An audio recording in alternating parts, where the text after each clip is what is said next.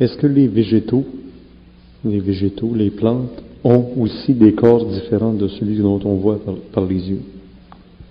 Oui, la plante a un corps vital, elle a un corps éthérique, mais il est très imparfait. Elle a un petit corps astral très imparfait. Si vous mettez de la musique à une plante, elle va réagir à la musique. Il y a un corps astral. Et l'animal, lui, il a un corps mental un petit peu développé. Il y a des animaux qui ont un corps mental un petit peu plus développé, les singes. Et l'homme a un corps mental beaucoup plus développé. Et l'homme de demain de la 6e race a un autre corps mental encore plus développé. C'est ça la différence. Et l'homme de la 7e race aura un corps mental encore plus développé. Et c'est comme ça que ça va. Alors, quand on monte dans l'évolution, c'est le mental qui se développe. Qu'est-ce qu'on quitte? Quand on monte dans l'évolution, c'est le dernier des corps qui se développe et qui se perfectionne, et ceux qui ont servi auparavant commencent lentement à s'atrophier. Parce qu'ils sont plus nécessaires. Donc, comme le corps physique? Le corps physique. Oui. Le corps astral change. On n'est pas intéressé aux mêmes choses, on n'est pas... Ce qui nous faisait plaisir avant, aujourd'hui, ça ne fait plus rien. Le corps de désir est totalement transmuté. Alors, c'est comme on part de la 4e marche pour monter à la 5e marche. Alors, si on veut être sur la 5e marche, il faut laisser la 4e. C'est normal. Alors, il y a un changement. Et plus on se sert du corps mental, mais plus les autres corps s'atrophient. Parce qu'ils n'ont plus la même fonction. Un homme qui s'étend chez lui, qui se met en lévitation et qui sort de son corps matériel, qui s'en va dans les terres et qui visite les terres, qui visite les planètes ou qui rencontre les êtres sur la planète Terre aujourd'hui qui travaillent,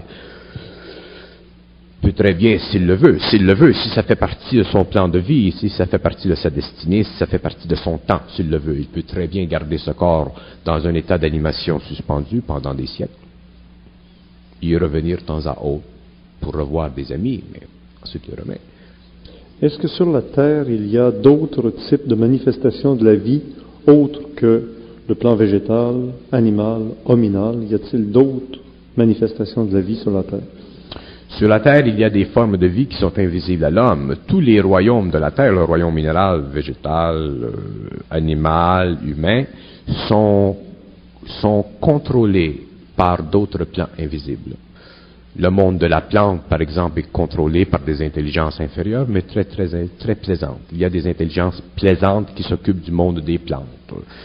Il y a des intelligences plaisantes qui s'occupent du petit monde animal, comme il y a des intelligences plaisantes qui s'occupent du monde animal plus évolué. Il y a des intelligences moins plaisantes qui s'occupent de l'évolution de l'homme.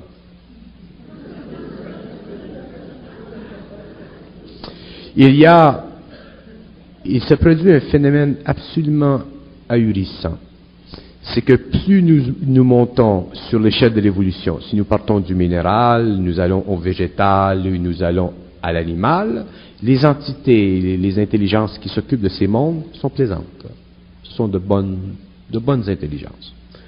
Mais aussitôt que nous tombons dans le royaume humain, nous nous apercevons qu'il y a des intelligences très négatives qui s'occupent de l'homme, comme il y a des intelligences très positives. Et c'est ça la différence entre l'homme et le royaume inférieur. Dans le monde du minéral, de la plante et de l'animal, il n'y a pas de mal. Aussitôt que nous tombons dans le monde de l'homme, il y a du mal ou du bien. Pourquoi? Parce que, avec une petite minute, là je vais simplement finir ceci, c'est parce que aussitôt que l'homme vit sur la terre, son expérience est enregistrée sur d'autres plans.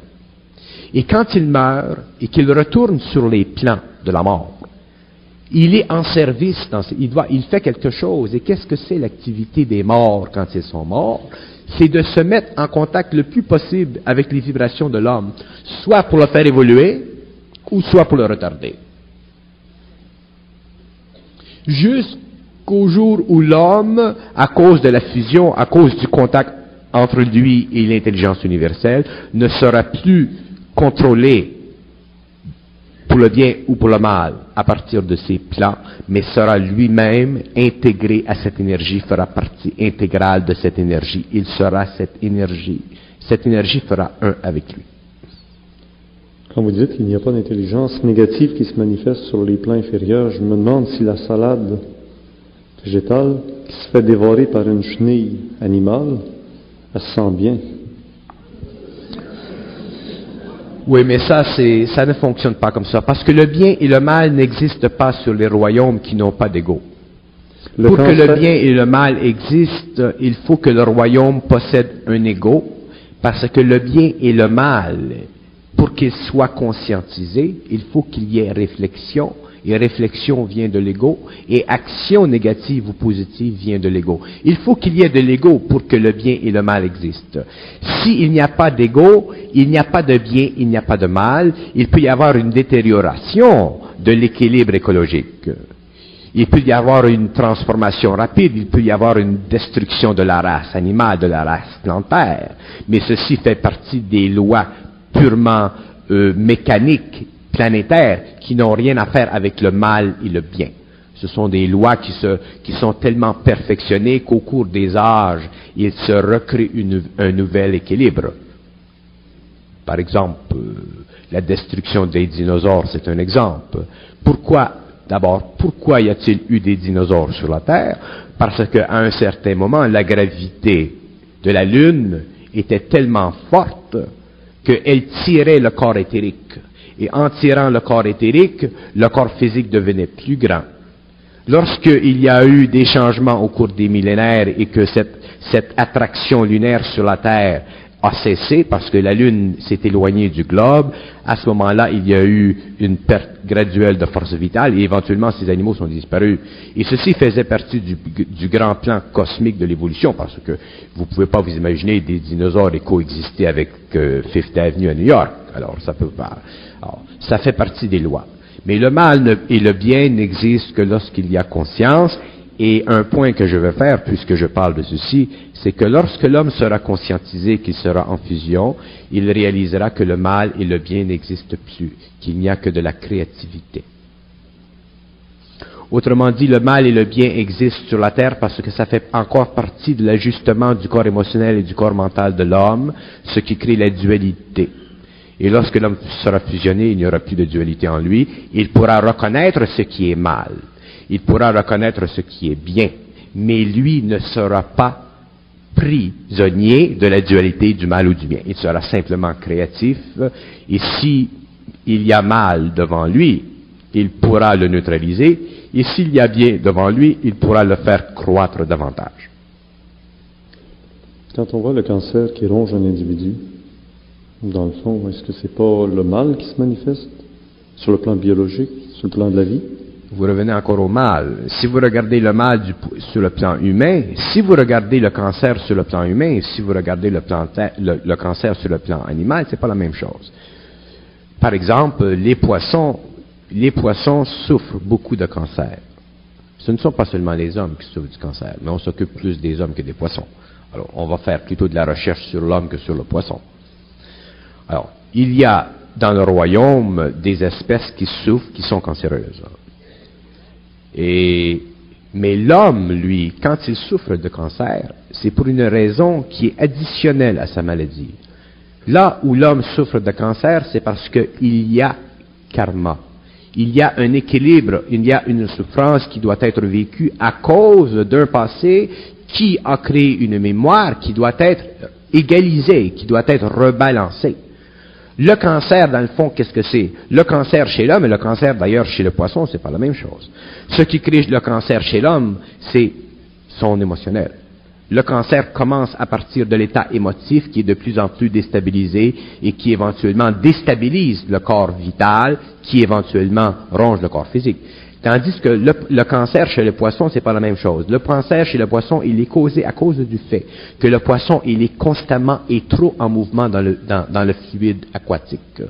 Les poissons sont constamment en mouvement et en mouvement et en mouvement et automatiquement, ils utilisent tellement leurs organes qu'éventuellement, ces organes-là ne peuvent plus fonctionner et ils deviennent cancéreux. Et sur le plan humain, c'est la même chose. L'homme utilise tellement et tellement son émotivité à faux escient qu'il devient cancéreux. Le cancer, c'est le produit de la suractivité électromagnétique des cellules. Et le cancer, éventuellement, sera réglé, sera guéri, ainsi de suite, parce que la science pourra travailler au niveau du corps éthérique. Mais c'est une suractivité. Et éventuellement, les cellules, ce sont des batteries, et éventuellement, ces batteries ne peuvent plus fournir. Alors, il y a détérioration. Lorsqu'on parle de la vie sur les planètes, on imagine même que la Terre elle-même a une vie propre. Il y a des ésotéristes qui vont dire le jour où l'homme va commencer à vouloir se tirer des bombes atomiques par la tête, il y a de grandes chances que la Terre elle-même se révolte. Autrement dit, ce que d'autres appellent la mère nature se révolte. Il y a plusieurs façons de parler d'un problème. Moi, j'ai plutôt tendance à regarder le phénomène de la Terre d'un point de vue scientifique plutôt que de le regarder d'un point de vue spirituel. Je concède le point de vue spirituel, mais derrière le point de vue spirituel, derrière la forme spirituelle, il y a toujours un point de vue scientifique, parce que tout dans le cosmos est organisé avec intelligence, et la science, c'est la compréhension ordonnée de l'intelligence. Alors, si nous parlons de la Terre, si on parle du globe, d'un point de vue ésotérique, et qu'on ne regarde pas suffisamment d'un point de vue totalement froid, le point de vue de l'intelligence, à ce moment-là, on peut tomber dans une sorte d'infantilisme psychologique. Par exemple, je vais vous donner un exemple. Si nous regardons le phénomène du volcan, qu'est-ce que c'est un volcan? D'un point de vue cosmique, pas simplement d'un point de vue de géomorphie terrestre ou de géologie terrestre. Pour un géologiste, un volcan, c'est une condition intérieure de la Terre qui a besoin d'une soupape, et ainsi de suite. Bon. Mais si nous regardons un volcan d'un point de vue cosmique, nous nous apercevons que le volcan, c'est une cave. C'est une cave à l'intérieur de laquelle vivent et évoluent des forces intelligentes. Et ces forces intelligentes sont très responsables sur le globe, ils ont une activité très importante, c'est qu'elles contrôlent la tension barométrique des fluides éthériques et telluriques de la planète. Et si ces intelligences ne seraient pas à l'intérieur de ces feux, autrement dit, si ces intelligences ne seraient pas dans la conscience atomique du feu volcanique, la Terre ne pourrait pas subir le magnétisme intense qu'elle reçoit des autres planètes, et il y aurait une sorte de perte de force vitale tellement grande qu'éventuellement la Terre deviendrait un désert, la Terre deviendrait une surface totalement volcanique. Et c'est ce qui se produit si vous me demandez pourquoi sur la Lune il n'y a pas de vie, pourquoi sur la planète Vénus, il n'y a pas de vie végétale sur les autres planètes. Pourquoi il n'y a pas de vie végétale? Pourquoi les spatiales nous indiquent une sorte de géomorphie morte, une sorte de vie désertique? Mais c'est parce que ces intelligences ne sont pas là. Ce sont les intelligences invisibles qui travaillent sur ces plans, qui ont donné à la Terre sa beauté, qui ont nourri la Terre de différentes forces, soit des forces volcaniques ou toutes les autres forces que nous connaissons. Et lorsque l'homme sera dans les terres, lorsque l'homme pourra sortir facilement de son corps éthérique, il pourra rencontrer ces intelligences et parler avec elles, un langage qui n'est pas un langage français, mais un langage tout de même, qui leur permettra de comprendre les lois de la terre. Et c'est à partir de ce moment-là que nous dirons que l'homme peut et deviendra maître de la nature.